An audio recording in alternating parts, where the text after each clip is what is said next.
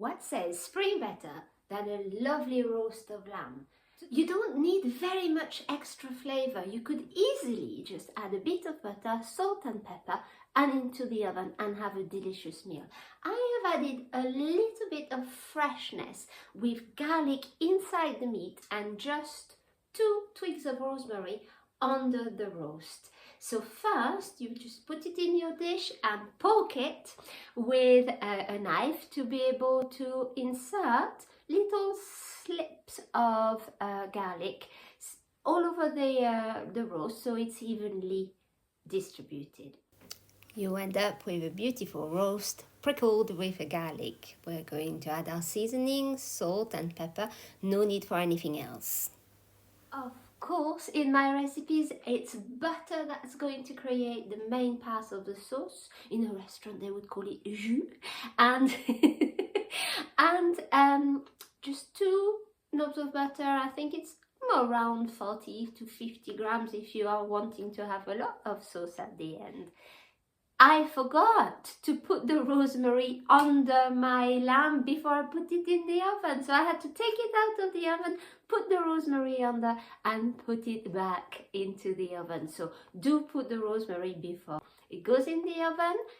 Mine was over 600 grams, so it went for 20-25 minutes.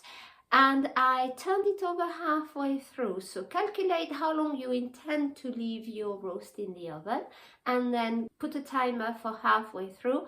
Halfway through, just turn it over, make sure it's nicely basted and back into the oven. Et voila, out of the oven, cut it in reasonable slices. It's beautiful, it's juicy, it's pink. For the French like their lamb quite pink indeed. In England, or maybe where you are, we would tend to plate up. So let's say put the vegetable and a piece of meat and possibly the sauce and then give the plates to the guests. In France, we would have a hot dish ready, vegetable and then the meat, and then that dish would be circulated around the table and each guest will take as much as they want. For serving today, I have prepared some root vegetables in the air fryer and the recipe will be here, maybe. I've put a little bit of the sauce in the vegetable and then over my meat so it's nice and shiny, and then I've kept the rest, the main part of the sauce, in a bowl for the guests to help themselves. I hope you've enjoyed our recipe. Please don't forget to subscribe to see lots more.